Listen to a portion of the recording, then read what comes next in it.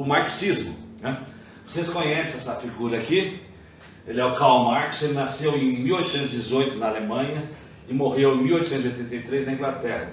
Esses comunistas, eles fogem tudo para a Inglaterra, porque a Alemanha não deixava eles fazer o que eles queriam, eles tinham que fugir para um país mais liberal, né? Foram para a Inglaterra. Ele foi doutor em filosofia lá na Alemanha em 1841 e lançou o Manifesto Comunista. Acho que nesse momento ele estava morando na França, porque os alemães já tinham escorraçado ele. Então, é o marxismo. Marxismo, a gente sabe o que é a ideia do marxismo, né? Oprimido contra o opressor, proletário contra burguês, né? Então nós vamos dar uma olhadinha aqui em algumas coisas para a gente se situar no contexto histórico. A Revolução Francesa, 1789, inspirou a Comuna de Paris, um século depois. 1871, foi o início da grande Revolução Mundial, que eliminará a exploração de uma classe por outra.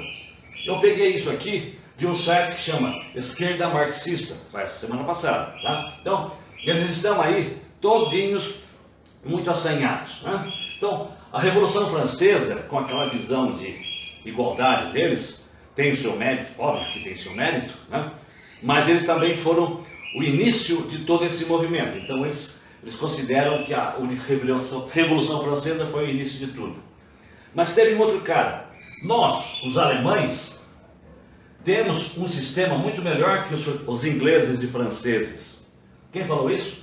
Foi o Bismarck, o chanceler de ferro, em 1870. Então, já naquela época, né, por volta aqui da Comuna de Paris. A Comuna de Paris foi uma revolta, uma tentativa de colocar o comunismo lá em Paris, que não foi bem sucedida. E o Bismarck já falava. Qual que é o sistema que ele falava que é muito melhor que os ingleses e franceses? É o comunismo. O comunismo nasceu na Alemanha. A gente pensa muito quando fala em comunismo na Rússia, porque a implantação foi tentada lá e deu a maior zebra, né? Morreu muita gente. Mas a cagada foi feita lá na Alemanha. Até hoje está lá a escola de Frankfurt alimentando isso. Então tem dois países, né? A China fez essa cagada danada aí com o coronavírus, que está tudo deixando todo mundo louco. E os alemães que implantaram através do Marx, né, essa ideologia que a gente vai comentar hoje. Então, aqui está, né, a Revolução Francesa como o começo de tudo.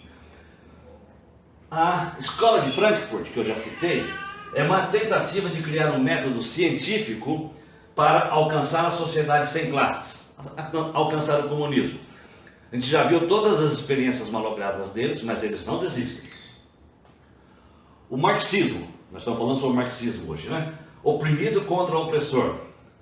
Ó, o que eles falam, né?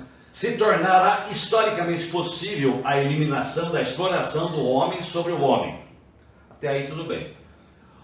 O desaparecimento da propriedade privada, do capital, da mais-valia. Mais-valia para eles é o lucro acima do que seria esperado, né? Ou na ideia dos marxistas, qual é o retorno do trabalho que você deveria deixar com o dono, né, da propriedade. Eles acham que a mais-valia seria isso e o lucro é muito maior do que isso. Do trabalho assalariado, do dinheiro e todas as relações de exploração e dominação necessárias ao funcionamento do capitalismo. O problema deles é o capitalismo. O problema deles, o demônio do mundo atual é o capitalismo. O Estado, então eles têm que para derrotar o capitalismo, tem que derrotar o Estado, o direito, o casamento. A gente vai falar um pouquinho mais para frente, sobre a ideia do que tem que ser destruído para que a utopia comunista seja viável. Isso aqui está num livro que chama A Origem da Família, a Propriedade Privada do Estado, do Marx e Engels, lá de 1884. Aqui, para a gente ter uma ideia do marxismo, né, ou das ideias que estavam na cabeça do Marx, ele pensava assim, né, no modelo de sociedade para o Marx, ou o modelo do ser humano para o Marx, que é a mesma coisa quase, né?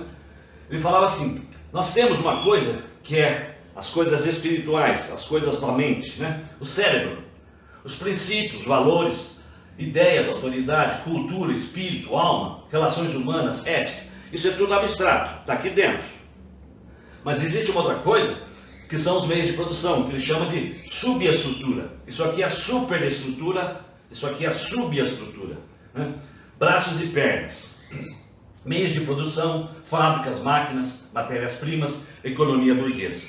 Bom, até pela posição do ser humano, a gente imagina, né, que nosso cérebro, a nossa superestrutura na cabeça do Marx, estaria acima, né? E a superestrutura comanda a subestrutura. Mas o Marx, ele muda isso aqui.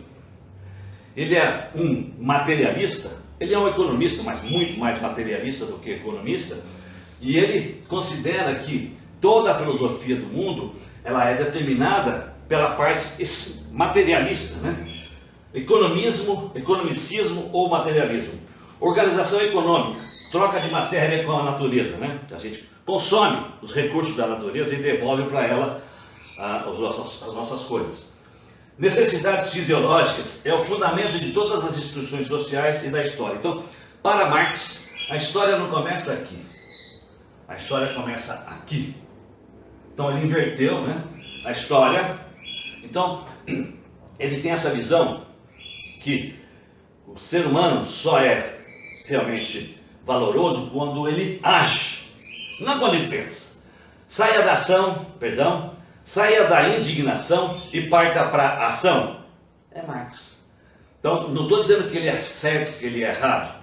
Nesse conceito aqui, algumas coisas podem ser aproveitadas mesmo. Isso aqui é Kant, crítica da razão prática. Ele fala assim, saia da indignação e parta para a ação. Também a gente já ouviu falar isso aqui no Novo. Então, o Marx, aqui está ele de novo, né? Vamos rapidamente falar sobre o que ele pensa, ou qual foi o modelo que ele propôs para a nossa sociedade, que fez essa confusão medonha que fez lá no século passado, no século XX, várias guerras mundiais, não? Todos eles estavam envolvidos nisso. A Alemanha estava envolvida nisso, porque a Alemanha que criou essa farra toda, né? Então, o que o Marx falava? Da dialética. A dialética é aquele, você tem um pensamento, você tem um pensamento oposto, junta os dois e tira uma síntese. Aquele exemplo simples e fácil de entender. Ai, que cachorrinho bonitinho, né? Se eu vou lá passar, a mão, ele dá uma mordida na minha mão. Ai, que cachorro, isso aqui é um bicho, é um demônio. Aí vem a doninha do cachorro, não, ele é bonitinho sim e tal. Ele estava só meio assustado, põe aqui e tal. Então, você acha que o cachorrinho não é tão bonitinho, mas também não é um demônio. Então a sua tese era bonitinho, sua antítese é um demônio, a sua síntese é uma meio termo. Tá? Então, a dialética de Marx, para ele, era a luta de classes. Essa é a dialética, constantemente. Então, é uma tendência histórica, né? Os povos oprimidos e os privilegiados opressores. Então, oprimido e opressor, sempre essa visão, né? Os povos dominados e a nobreza do Egito, na Grécia, na Índia, na Roma, na China, né? Os povos humilhados, os senhores feudais. Existe esse contexto na história, não tem dúvida que não existe. Povos escravizados nos Estados Unidos e Brasil, nós vivemos monarcas absolutistas. Então tudo isso daqui é um contexto histórico que o Marx pegou e falou assim, na Revolução Industrial isso tudo vai mudar, né? Os proletários vão ganhar a luta contra os burgueses. E escreveu uma meia dúzia de livros, Capital, Manifesto Comunista, tem um monte de coisa que ele escreveu, né? Falando que o ponto de inflexão seria na Revolução Industrial, né? A Revolução Proletária utópica inexorável, que falou que ia acontecer. Sociedade sem classes. Era o comunismo, né? A coletividade, o Estado tem preferência sobre o indivíduo. Ontem a gente falou sobre esses dois modelos, né? Então, o modelo do Marx é o coletivismo. Então, ele está dizendo que essa revolução é inexorável. Então, Marx, ele não propunha a revolta armada, ele só vaticinou, olha pessoal, vai acontecer, não esquenta, mais dia menos dia vai acontecer, isso aqui é uma tendência histórica. Ele errou, a gente sabe que ele errou, mas ele falava. Ele acrescentou um pouquinho dizendo, mas a gente pode abreviar essa mudança histórica, né, se a gente fizer a revolução e tal. Mas por que o Marx errou? Porque ele falava que com a Revolução Industrial haveriam muitos pobres miseráveis trabalhando nas fábricas, né, e aquela casta lá de cima ia ficar cada dia mais rica e cada dia menor. Então, menos gente, muito rico, mais gente miserável. Em alguma hora, esses miseráveis iam engolir tudo. Essa é a ideia do ele. Mas o que aconteceu? O que aconteceu? A Revolução Industrial deu acesso a novos bens e serviços para as pessoas que não tinham, né? Os operários viviam melhor que os aristocratas há 100 anos e melhor que seus avós. Então os operários, os proletários perceberam isso, a coisa estava melhorando, né? Ao longo, eles podiam construir uma casinha, depois começou a mecânica, podia ter um carrinho ou uma carroça, sei lá o quê. Então, os operários começaram a melhorar, né? Os proletários aburguesaram-se. Essa separação de proletário e classe média é simplesmente uma idealização, é todo mundo uma classe, é todo mundo, na verdade, um povo tentando se virar, né? Então a revolução não aconteceu como previsto. Até hoje não aconteceu, né? Houve aquela puta confusão lá na Rússia, mas nada aconteceu. Só para colocar o contraponto aqui, no mesmo contexto. No mesmo contexto. A história não mudou, a história é essa mesmo, né? Então existe um outro cara, que é tal, o Hayek. Ele nasceu em 1889 na Áustria e morreu em 1992 na Alemanha, né? É prêmio Nobel. Então, ele também ele é austríaco, não é alemão. Ele tentou corrigir a cagada dos alemães, né? E foi prêmio Nobel em 74. Então, o que o Hayek falou? O Marx está certo, tudo isso que ele falou está certo, mas o resultado que ele falou está errado. A Revolução Industrial é um ponto de inflexão, sim, mas para emergir a valorização do indivíduo, da sociedade, né, onde o indivíduo é mais importante. A vida, a liberdade e a propriedade, que são os direitos naturais. Então, a Revolução Industrial, a mesma coisa, né? Deu acesso a bens e serviços impensáveis, né? Surgiu a classe média, ou seja, os operários especializados, profissionais liberais, que tinham um rendimento maior até que os artesãos. Antigamente tinham os artesãos, né? E até um cara, o Galbraith, esse cara é socialista, tá? Ele já morreu, né? 2006. Mas ele escreveu, é um cara, um economista muito influente, né?